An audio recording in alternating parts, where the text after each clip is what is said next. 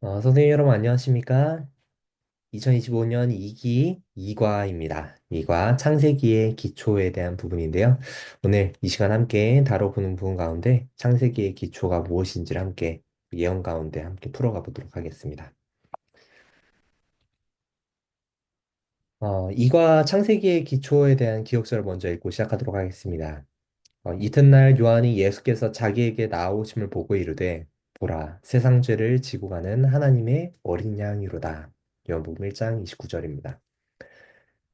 지금 창세기의 기초를 이야기하면서 현재 요한복음을 이야기하고 있죠. 이 이유는 바로 이 요한복음에 나온 이 말이 바로 창세기에서 유래된 말이다라고 이 책은 이야기하고 있는 것입니다.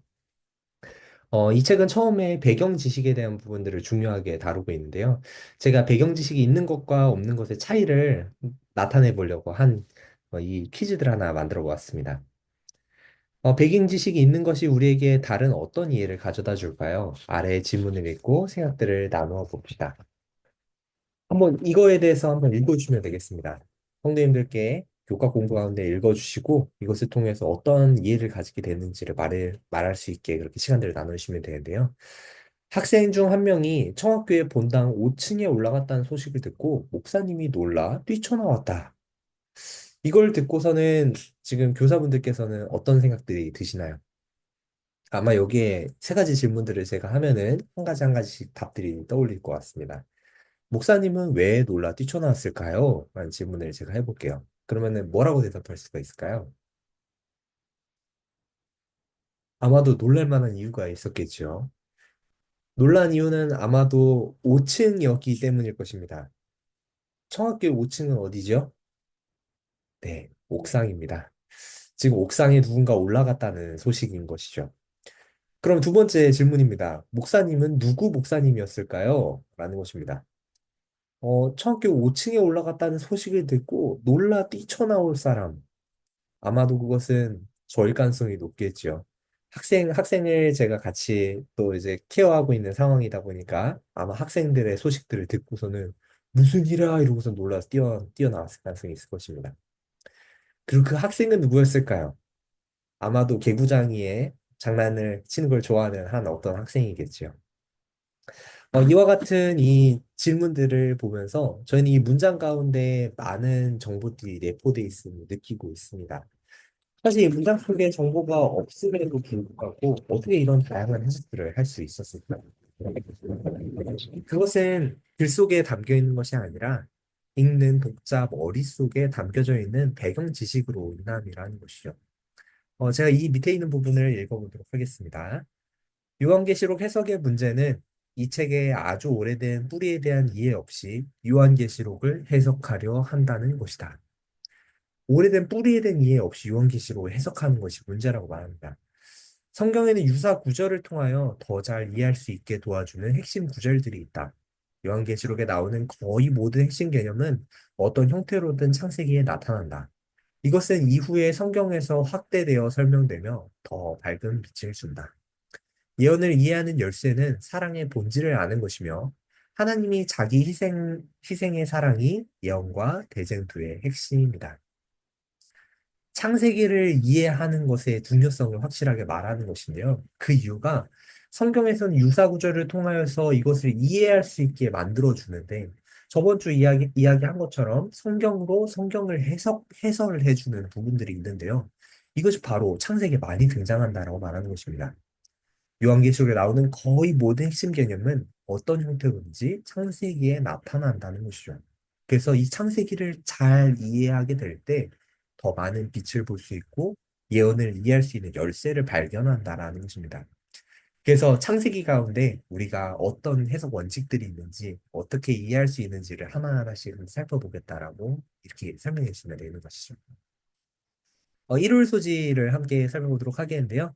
오늘은 그 요일별로 해가지고 제가 좀 나눠 보았습니다. 요일별로 해서 확실하게 좀 구분되어 있는 부분들이 있었어요. 첫 번째, 창세기를 통해 깨닫는 해석 원칙입니다. 하나님께서는 창세기의 일반 개론 과정을 두시고 성경 전체를 통해 더 자세히 살펴볼 개념을 창세기 소개하신다는 것을 알려준다. 성경은 기본 개념에서 시작하여 시간이 지나면서 점진적으로 그 개념을 확장시켜 간다. 하지만 기억할 것은 하나님이 세우시는 진리는 변함이 없다. 창세기 나온 개념들은 일반 개론 과정으로서 우리가 이해할 수 있게 도와주는 요소로 거기에 두셨다라고 말하는 거예요. 그리고 그 개념들은 점점 확장되어 간다라고 말하는 것이요. 하지만 우리가 오해하지 말아야 할 것은 하나님께서 주시는 그 진리가 바뀌지는 않았다라는 것이에요. 그래서 이 창세기를 자세히 이해하면 이해할수록 성경 전체에서 무엇을 말할 것인지를 깨닫게 도와주는 것이죠. 두 번째, 창세기를 통해 깨닫는 해석 원칙입니다. 이것을 다루기 전에 제가 한 재밌는 질문 하나 넣었는데요. 사랑이란 무엇일까요? 라는 질문입니다. 이 질문들을 함께 나눠 보시면 아주 재밌는 질문들이, 답들이 많이 나올 것 같은데요. 사랑이란 무엇일까? 그러면 저희가 많은 정의를 할 수 있겠죠. 아마 저에게도 어떤 답을 할지 궁금해 하시는 분들이 있을 것 같은데요. 저는 부끄러워서 오늘은 패스하도록 하겠습니다. 어, 이 사랑에 대한 부분들을 유한한 관점으로 보면서 많은 오해들이 생겨났다라고 말하고 있습니다. 그 해석 원칙 두 번째는 바로 하나님의 사랑의 본질을 이해해야 하는 것인데요. 이 부분도 제가 읽어보겠습니다. 우리는 사랑에 대하여 자신의 제한된, 유한한 관점으로 세상을 바라본다. 사랑이라는 개념만큼 죄 많은 인간에 의해 왜곡된 개념은 없을 것이다. 대쟁투의 핵심 주제는 세상에 존재하는 하나님의 사랑의 성품에 대한 크나큰 오해에 관한 것이다. 그러면서 이 월요일 소재 시편 기자의 고백들을 기록을 하고 있는데요. 그것들을 함께 다뤄주시면 되는 것입니다. 이 사랑이라는 부분이 저희가 정말 정열적인 사랑, 그리고 친구 간의 사랑, 부모님과의 사랑, 정말 많은 사랑들을 생각하지만 하나님의 사랑은 진정한 사랑이며 정말 마음 끝까지 모든 것을 희생하면서도 주는 사랑임을 저희가 발견하게 되는 것이죠.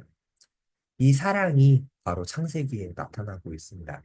그래서 그 사랑이 무엇인지를 함께 묵상하시면서 서로 나눠주시면 되는 것이죠. 네, 다음으로 화요소지 넘어가겠습니다. 창세기를 통해 깨닫는 해석 원칙 세 번째는요, 바로 이 질문의 답으로 오는 것입니다. 어린 양은 어디에 있습니까? 라는 질문입니다. 이것에 대한 답이 바로 요한계시록의 1장 29절부터 34절에 나타나 있는데요. 이것을 함께 읽어주시면 좋겠습니다. 이삭이 나중에 아버지가 이삭을 데리고서 모리아산에서 칼로 죽이려 할 때, 그를 데리고서 올라갈 때 이삭이 했었던 질문입니다. 아버지, 어린 양은 어디에 있습니까? 저희가 가서 제사를 해야 되는데 어린 양은 어디에 있습니까? 그 답은 바로 이 요한복음의 1장 29절부터 34절에 나타나고 있는 것처럼 보인다라고 말하는 것이죠. 성경에는 이삭의 질문에 대답으로 볼 수 있는 수많은 메시아의 예언이 가득 차 있다. 창세기에 주어진 어린 양의 질문에 성경은 어린 양이 우리의 대속자임을 밝힌다. 이 사실은 요한의 계시에 나타난 어린 양을 더 잘 이해하게 도와준다.